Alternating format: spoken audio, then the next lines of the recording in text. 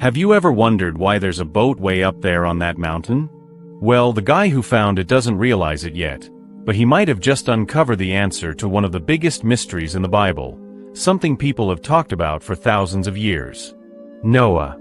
For many, he's just a story from Sunday school, a man who built a giant ark, survived a massive flood, and then disappeared into legend.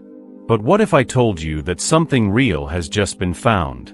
Something ancient, strange, and so important it could change everything we thought we knew, blurring the lines between faith and science, myth and history.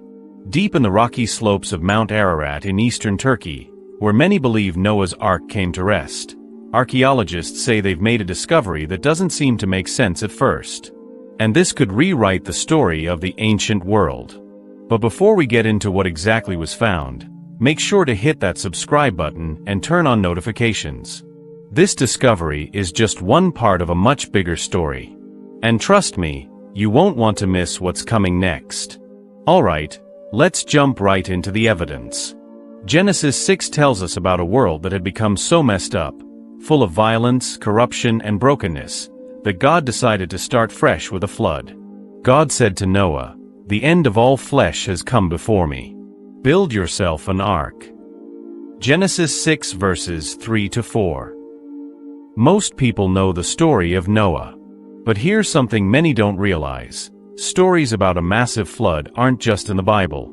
In fact, over 200 different cultures across the world, spanning continents and centuries, have their own versions of a huge flood that wiped out nearly everything, except a few survivors chosen to carry on. For a long time, scientists, archaeologists, and researchers have debated whether the flood was local or global, real or just a story. But now, new evidence found in the area believed to be where Noah's Ark came to rest is making even the skeptics stop and think. Genesis 8 verse 4 gives a key detail. It says the ark came to rest upon the mountains of Ararat.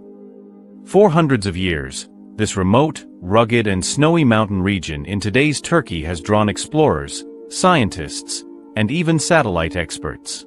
And for those who take the Bible literally, it's a place filled with hope, a hope that Noah's Ark might still be up there somewhere.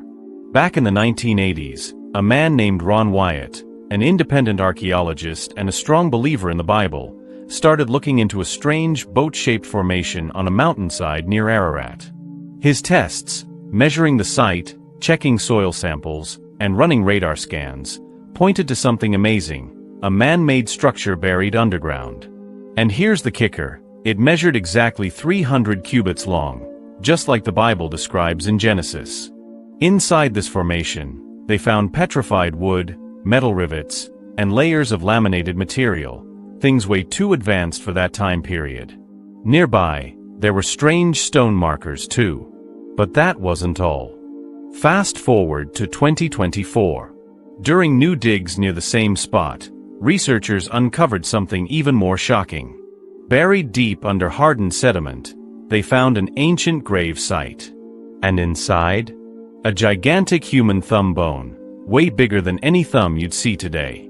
Not just a little bigger, but several times larger. When you hold it next to a grown man's thumb, the size difference is impossible to ignore. Whoever this belonged to wasn't just tall, they were a giant by today's standards.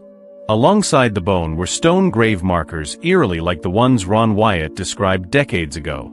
The two biggest markers were side by side, just like Wyatt said in 1977. He believed this was the burial place of Noah and his wife. Could it really be true?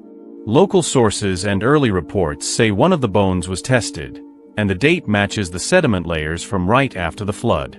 Researchers also uncovered fossilized pieces of gopher wood, the very rare type of wood God told Noah to use when building the ark. Nearby, they found ancient tools, pottery fragments, and symbols carved into stone, some looking like early crosses from before Christianity even began. This wasn't just a grave site, it was a monument, a hidden message from a world wiped out long ago. So why hasn't this story gone viral? Why haven't millions heard about it?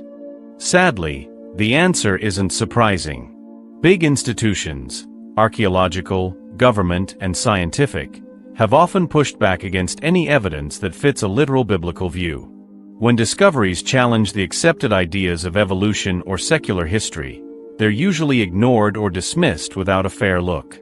In fact, many believe that some major finds, like giant human skeletons uncovered in North America back in the 1800s, were quietly taken away by organizations like the Smithsonian.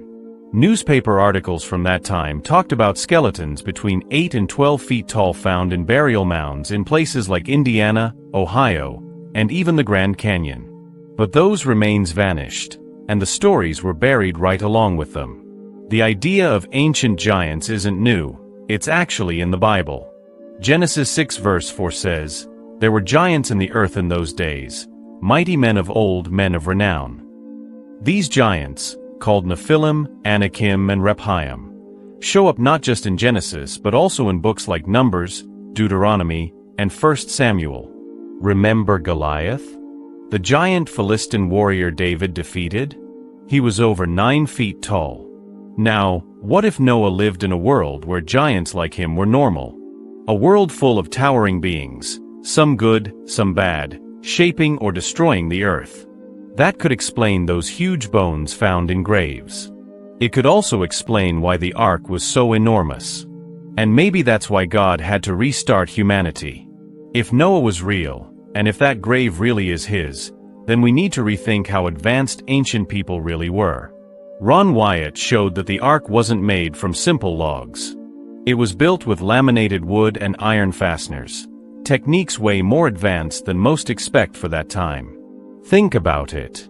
This boat had to survive wild storms, carry thousands of animals, and float for months on end. That kind of engineering would be incredible, even by today's standards. Noah wasn't just a man of faith. He was smart, strong, and precise.